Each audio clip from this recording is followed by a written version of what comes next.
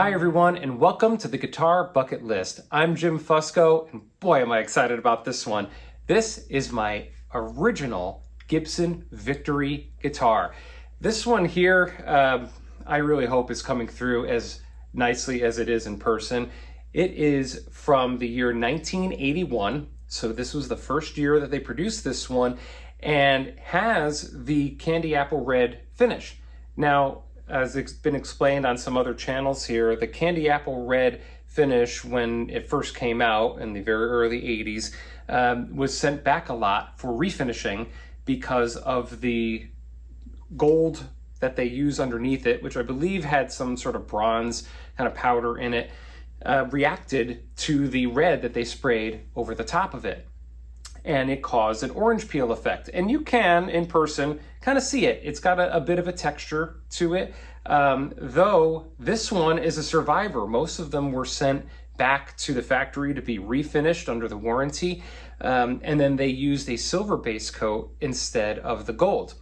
Interestingly enough, when I first got this one, I just fell in love with it. I saw it as a Will Cut Guitars pick of the litter that they had one week. And when I saw it, I just said, boy, that's a good price for that thing.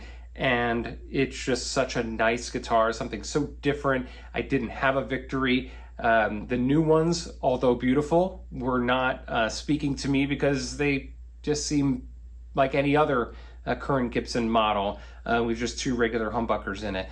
But this one is so different.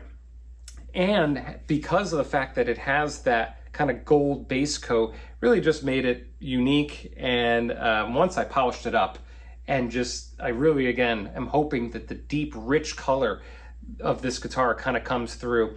And it's not perfect, right? You know, it's got age, it's got marks on the headstock here, it's got marks on the top of the headstock as well, just from being bumped around over the years of that gigantic headstock that it has. But other than that, the rest of the body is supremely clean. I am waiting to allow myself to spend the money to get the original diamond Posi-Lock strap buttons here, which I will do at some point when I feel like spending $100 on strap buttons. But this one features an ebony fretboard, which is a beautiful piece of ebony, just really dark and lovely. It has very thin, low frets, very narrow frets as well. Some other guitars have got the narrow, tall. These are narrow and low. It does have fret nibs, and it has this really interesting inlay pattern where there are dot inlays. They're kind of big, and there's only one on each fret that is up towards the top rather than centered. And then they put the two down over here on the 12th fret. I like it. It's a really cool look. It's different. It's not trying to be anything else, and I really like that a lot.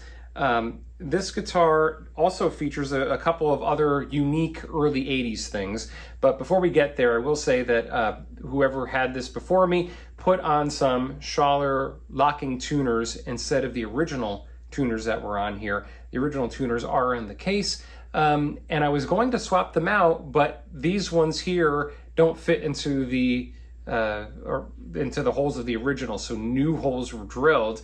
And then when you took these off to put the originals on, you could see the screw holes from these. So I figured, you know what? They were probably changed for a reason. These ones do look very nice, and they're very functional because they're locking, and the other ones weren't. I said, I'm just going to leave these on here and leave the other ones in the case for posterity's sake. It does have the Gibson silkscreen logo on it, not an inlaid one that says Gibson and then Victory next to it. And this one is the MVX. And so there were two different models. The MVX, though, there was an MV2, which was just like a regular two pickup version, and then an MVX, which stood for the 10 different sounds you could get out of this three pickup version.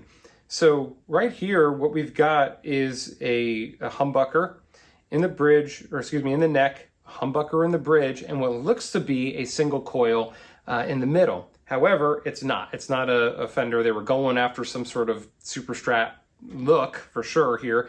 But no, this is actually a stacked humbucker. So it's thick. And I've got some pictures that I can show of when I took this thing apart to kind of clean it and everything and get it to look the way it is now. It just really I was stunned the first time I saw it. And yeah, and in here you can also see in the back, probably not so well on the camera unless I get the light just right, but it is a 3-piece neck. This thing is made out of what they call hard rock maple, and I think that was probably more of a marketing thing, because I think it's called sugar maple is the real thing. But hard is true. This thing weighs a lot for what it is. It does not weigh like the Stratocaster that it looks like. It's a beast, but really just feels so solid, and it plays so well. The action is unbelievably low on this guitar. It's really meant for fast playing. But anyway, back to the, got a little sidetracked there, back to the features. It's the MVX because of the 10 sounds that you can get. So you have your blade switch here.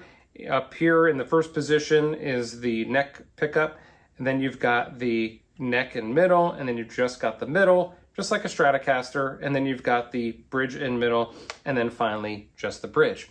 But then there's this switch down at the bottom here, and what that does is it splits the coils so that you now have quote-unquote single coil sounds out of all 5 of those positions, thus the 10 total sounds.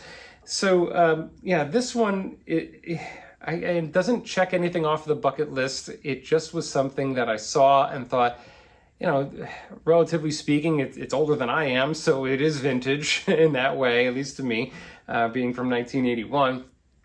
The fact that it is one of the original ones that they made that has the real, what I call real, candy apple red finish before they changed it. It's just that beautiful kind of deep red. It's got, you know, some dark spots to it when you hold it in the light. Or it's just, love this thing as if you couldn't tell. And you can see the reason why I found out that it had the gold coat was when I took the tuners off and could see that the original tuners took off some of the red paint. And what you could see behind that was just the gold base coat. And in fact, the original tuners still have that red paint stuck to the back of them. So just kind of a unique thing that I don't know that I would have figured it out on my own and just thought, hey, this is just a really nice looking guitar. So this is the original 1981 Gibson Victory in this wonderful candy apple red. So happy that it is part of the collection here on the Guitar Bucket List. So let's hear how at least a few of those settings sound.